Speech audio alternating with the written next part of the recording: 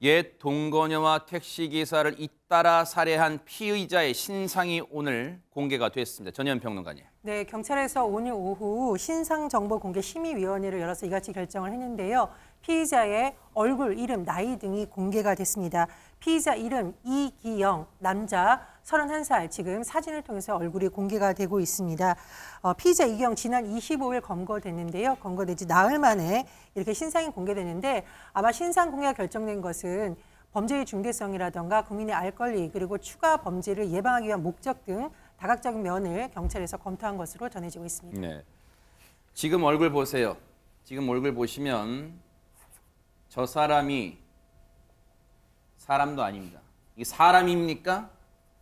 사람이 이런 짓을 저지를 수가 없어요. 저 인간이 전 동거녀와 옛 동거녀와 택시기사를 불과 넉 달 사이에 잇따라 살해한 피의자 31살 이기영의 모습입니다.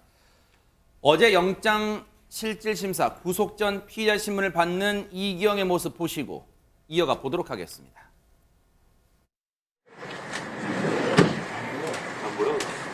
안 보여? 기차야.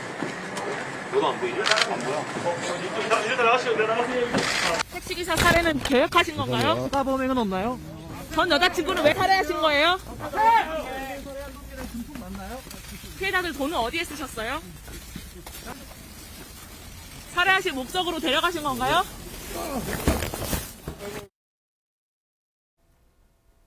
저렇게 아무런 답도 하지 않았습니다. 입이 열 개라도 할 말 없겠죠. 그런데요, 곰곰이 생각을 해보면 만약에 이번에 60대 택시기사의 시신이 발견되지 않았다면 이번 사건 그리고 앞서 넉 달 전에 옛 동거녀가 살해됐다는 사실도 어쩌면 미궁 속으로 영영 묻혔을 수도 있습니다. 그런데 이번에 허주연 변호사님, 60대 택시기사가 저 이기영의 집에서 옷장에서 발견된 계기가 드러났다면서요. 네, 정말 극적으로 지금 이 피의자의 현재 여자친구가 이 이기영의 집에서 뭔가 하다가 이 시신을 발견하고 신고를 하게 돼서 이게 지금 잔혹한 범행이 세상에 알려지게 된 건데요. 네. 일단 경위부터 설명하면 이렇습니다. 지난 20일에 이 피의자 이기영이 여자친구와 같이 식사를 하면서 술을 마신 뒤에 운전을 하려고 했다고 합니다.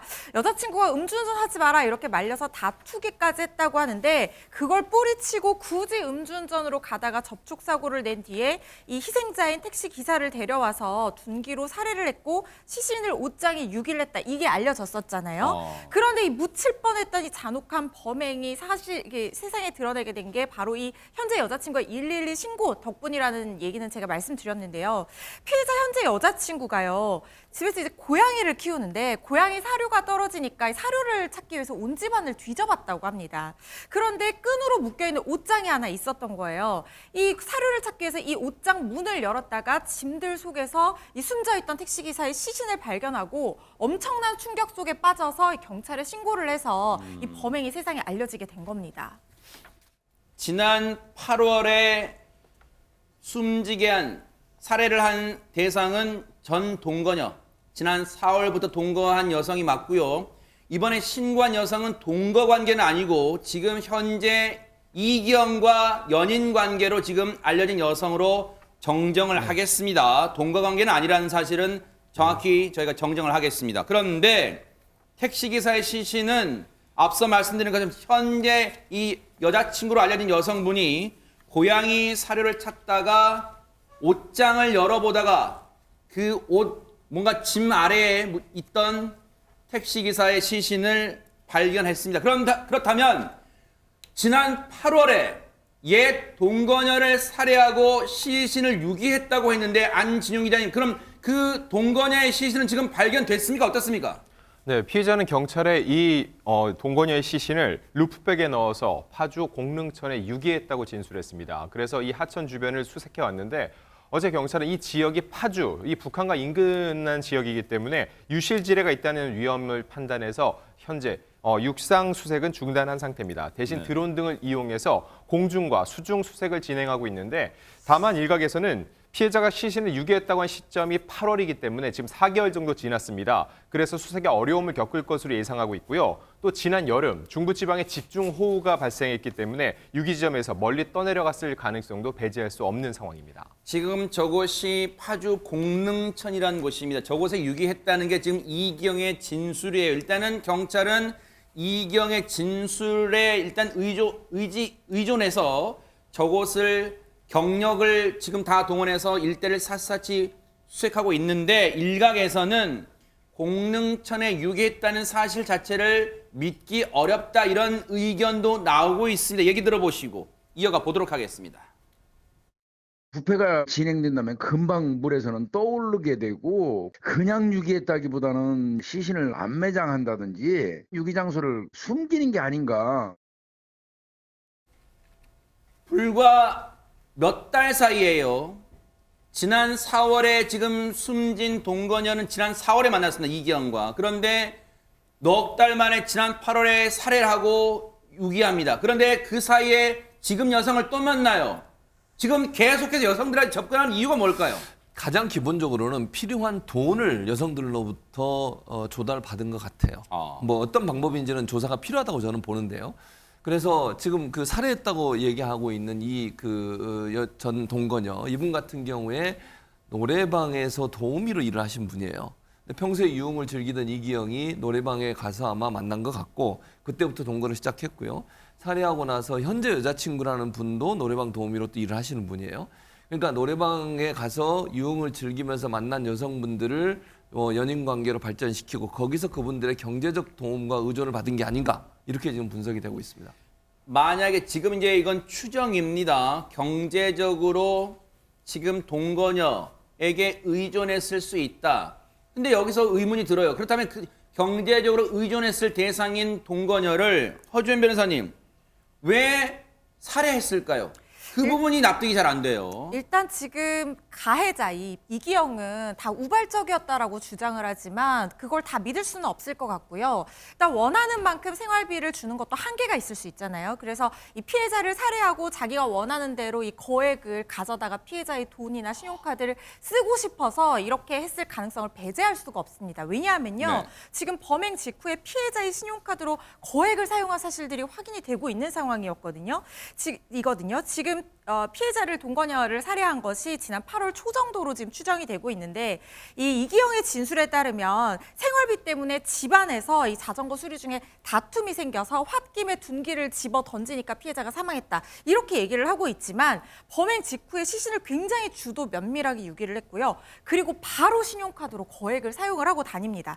또 집 내부를 감식한 결과 벽에서도 꽤 오래된 핏자국이 발견된 게 있다는 거예요. 그래서 이게 이런 정황 증거들을 종합해 봤을 때는 우발적으로 홧김에 다투다가 범행을 저질렀을 가능성만 두고 수사를 할 수는 없을 것 같고 계획적으로 주도 면밀하게 이 피해자에게 신용카드 같은 것들을 마음대로 사용하기 위해서 범행을 저질렀을 가능성 배제할 수 없어 보입니다. 여기서 이해가 안 되는 대목은 또 있습니다. 주도 면밀했을 것으로 추정되는데 오히려 이 부분은 주도 면밀하지 못했던 거라고 판단돼요. 왜냐하면 안진용 기자님, 살해 후 옛 동거녀를 살해한 이후에도 그 동거녀의 신용카드로 이것저것 거액을 결제했지만 이번에 60대 택시기사를 살해한 뒤에도 그 택시기사 명의의 신용카드로 여러 일들을 벌였잖아요. 마구 여기저기 썼잖아요. 그 부분은 어떻게 봐야 돼요? 네, 이 신용카드를 단순히 결제했을 뿐만 아니라 대출까지 실행을 했습니다. 그 피해 금액은 무려 7천만 원에 이릅니다. 아하. 택시기사의 신용카드로 약 5천만 원을 편취했고요. 동거녀의 신용카드로는 약 2천만 원을 사용했습니다. 말씀하신 대로 주도 면밀하지 않은 게 아닌가 생각할 수 있는데 그 반대로 이들이 사라진 후에 주변을 찾을 거 아닙니까? 일부러 이런 생활 반응을 남기기 위해 사용한 것이 아닌지도 의심해 볼 수 있습니다. 그럴 수도 있어요. 관련해서 경찰 얘기 들어보시고 이어가 보도록 하겠습니다. 술 사먹은 것도 있어요. 반지 사고 5천 몇백 될 거예요. 경찰이 이기영의 집, 사실은 엄밀히 말하면 지난 8월에 숨진 동거녀의 집입니다. 그 집은. 그런데 그 동거녀의 집을 현장 감식, 이 혈흔 반응을 다 해봤어요. 그랬더니 곳곳에서 지금 뭐 소파, 벽 등등등에서 혈흔이 발견됐다는 거. 그건 뭐겠어요? 뭔가 심한 몸싸움을 비롯 이 동반한 다툼이 있지 않았을까? 그렇다면 그게 과연 우발적이었을까? 고의살은 아니었을까? 뭔가 지금 면밀하게 경찰은 들여다보고 있습니다. 그런데 이 대목에서 우린 또 다른 궁금증을 합리적으로 품을 수밖에 없어요. 전현평론가님, 이 두 사람 말고 이기영에게 희생된 사람은 더 없을까요? 그렇기 때문에 경찰에서도 혹시 이 피의자가 추가 범행을 저질렀을 가능성을 염두에 두고 집중적으로 조사를 하고 있다고 하고요. 특히 이 경찰이 아파트 내부를 조사를 해보니 여러 곳에서 혈흔이 발견됩니다. 캠핑용 손수레 말씀해 주셨지 벽에서 발견되는데 이 혈흔이 이미 희생이 된 두 사람의 것인지 아니면 다른 사람의 것인지 확인을 해야 되기 때문에 그 감식 결과는 안 나왔어요? 아직은 안 나온 것으로 전해 있는데 일단 국립과학수사연구소에 감식을 의뢰한 것으로 전해지고 있습니다. 네. 그런데 피의자가 이거는 동건현 시신을 운반하는 과정에서 생긴 혈흔이다. 즉 추가 범행 여부에 대해서는 부인하고 있는 것으로 전해지고 있습니다. 자, 이런 가운데 오늘 이기영의 신상이 지금 앞서 보신 것처럼 나이와 이름 그리고 얼굴 사진까지 다 공개가 됐는데 아울러 허주연 변호사님, 경찰이 이기영에 대해서 사이코패스 검사를 진행하겠다는 거예요. 사이코패스 검사를 왜 진행하는 거? 이게 무슨 형량과 관련이 있습니까? 어떤 겁니까 이게? 결론적으로 말씀드리면 형량에 영향을 미칠 가능성은 낮아 보입니다. 이 검사를 진행하는 이유는 범행 동기라든가 재범 가능성, 잔혹성 이런 범행의 자세한 경위를 파악하기 위해서 조사를 하는 거고 이게 재판 과정에서 판사님이 판단을 하실 때 참작 사유는 될 수 있습니다. 그렇지만 이게 공식적으로 어떤 심신미약이나 심신상실의 어떤 정신장애로 기준이 되어 있는 것은 아니고요. 그리고 정말 중요한 것은 이 범행 당시의 어떤 심신상실이나 심신미약 상태여야 하는데 사이코패스라는 점이 반드시 심신상실이나 심신미약 상태라고 결론 지을 수 있는 것은 또 아니거든요. 그렇기 때문에 이것은 일흥의 참고 자료일 뿐이지 이게 형량에 영향을 끼칠 가능성은 사실상 없다고 보시는 게 맞을 것 같습니다. 앞서 어제도 저희가 이 시간에 그 CCTV 영상을 보여드렸고 어떤 거냐면